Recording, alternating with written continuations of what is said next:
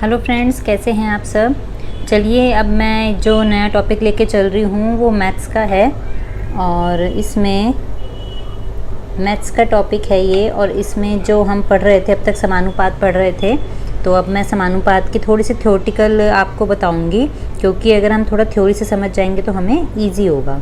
तो चलिए, सबसे मेन चीज़ है समानुपात कितने तरह के होते हैं। ठीक है, तो मुख्य रूप से समानुपात दो तरह के होते हैं। तो लिखते हैं इसके बारे में। समानुपात कितने तरह के होते हैं? दो तरह के समानुपात होते हैं। एक होता है साधारण और एक होता है, हाँ जी, तो एक होता है साधारण समानुपात, ठीक है, और एक होता है मिश्र। ठीक है, एक होता है मिश्र समानुपात। तो साधारण में क्या होता है, इसमें सिर्फ और सिर्फ दो अनुपात लिए जाते हैं।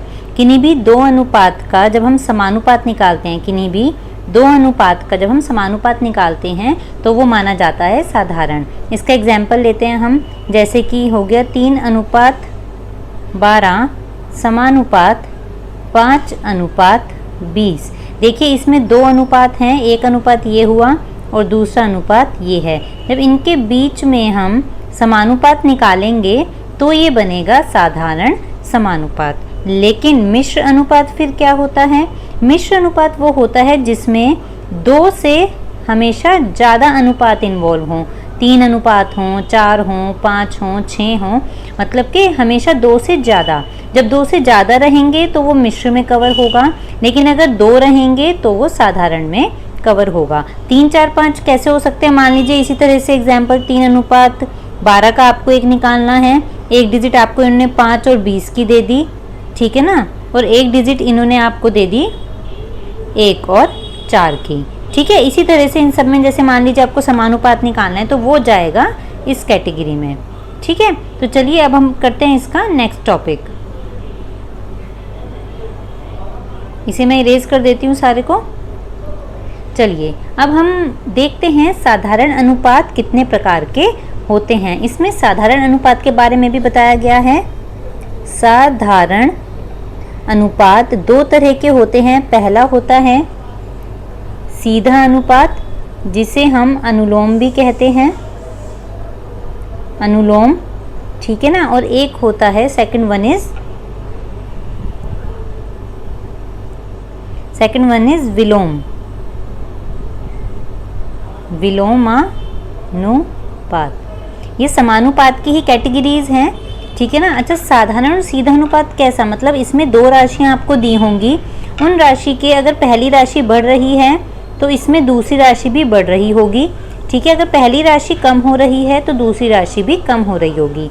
मतलब कि अगर कुछ बढ़ रहा है तो वो भी बढ़ रहा होगा उसका आंसर, और कम हो रहा है तो कम हो रहा होगा। तो ये तो होगा सीधा सीधा अनुपात, ठीक है। अच्छा, अब विलोम अनुपात, विलोम से आप मतलब तो समझते ही हैं कि उल्टा, ठीक है। इसमें क्या होगा, अगर एक राशि बढ़ रही होगी तो दूसरी राशि कम हो रही होगी, और अगर एक राशि कम हो रही होगी तो दूसरी राशि जरूर बढ़ रही होगी। ये इनके आपस में रिलेशन बताया गया है कि इनमें आपस में क्या रिलेशन होगा। तो ये हो गया आपका सही, ये हो गया आपका सीधा अनुपात और ये हो गया विलोम अनुपात। अब मैं इसके एग्जाम्पल लेती हूँ।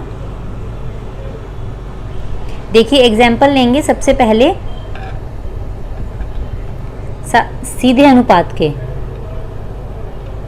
सीधा या हम इसे कहते हैं अनुलोम, ठीक है। तो सीधे अनुपात के एग्जाम्पल है, मान लीजिए आपके पास 10 बुक्स हैं, ठीक है, और वो बुक्स आती हैं 25 रुपए की, क्लियर। और अब मान लीजिए मैंने आपसे पूछा कि 12 बुक्स बताइए कितने में आएगी, तो ऑब्वियस सी बात है, जब बुक्स बढ़ गई तो साथ साथ उसके पैसे भी बढ़ेंगे, है ना। और ऐसे ही अगर मैं आपसे कहूँ 8 बुक्स हैं, 8 बुक्स का आप बताइए, तो आप कहेंगे उनकी वैल्यू घट जाएगी।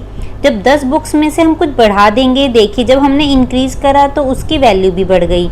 जब हमने नंबर ऑफ बुक्स को, हमने बुक्स के नंबर ही कम कर दिए तो वैल्यू भी कम हो गई। तो देखिए इसमें ये सीधा सीधा अनुपात है। इसी तरह से अब मैं अगर एग्जाम्पल लूँ विलोम अनुपात के, विलोम अनुपात का क्या मतलब है? देखिए अब इसमें ये कह रहे हैं कि, एक एग्जाम्पल आपको मैं देती हूँ, मान लीजिए 10 आदमी किसी काम को 8 दिन में पूरा करते हैं, ठीक है ना। अब मैं कहूँ कि अब मैं चाहती हूँ कि मैं 20 आदमियों को लगा दूँ काम पर, 20 आदमी अब कोई काम करें, तो बताइए वो कितने दिन में काम पूरा करेंगे। तो ऑब्वियस सी बात है, जब हम आदमियों को बढ़ा देंगे तो वो हमेशा कम दिन लेंगे, वो कम समय में काम पूरा करके आपको बता देंगे कि काम कंप्लीट है। इसी तरह से अगर मैं यहाँ पे आदमी कम कर दूँ, अगर मैं आदमी कम कर दूँ तो क्या होगा, कम आदमी होंगे तो हमें ज़्यादा दिन लगेंगे किसी काम को पूरा करने में। तो यहाँ पे क्या हुआ, जब हमने किसी चीज़ को बढ़ाया, ठीक है, तो आंसर उसका घट गया, और जब हमने किसी चीज़ को घटाया तो आंसर उसका यहाँ पर बढ़ गया। तो देखिए इसमें अपोजिट अनुपात चल रहा है, ठीक है। तो आई थिंक आपको यहाँ पर क्लियर हो गया होगा सारा कि विलोम अनुपात और अनुलोम अनुपात क्या होते हैं।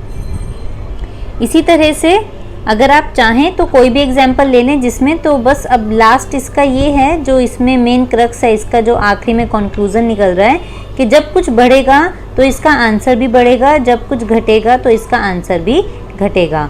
और विलोम अनुपात में एग्जैक्ट इसका उल्टा होगा, जब कोई चीज़ बढ़ रही होगी तो उसका आंसर घट रहा होगा, और जब कोई चीज़ घट रही होगी तो उसका आंसर बढ़ रहा होगा। तो ये वीडियो यहीं कंप्लीट होती है। अब मैं मिलूंगी आपको इनके एग्जाम्पल्स के साथ नेक्स्ट वीडियो में, तब तक के लिए बाय।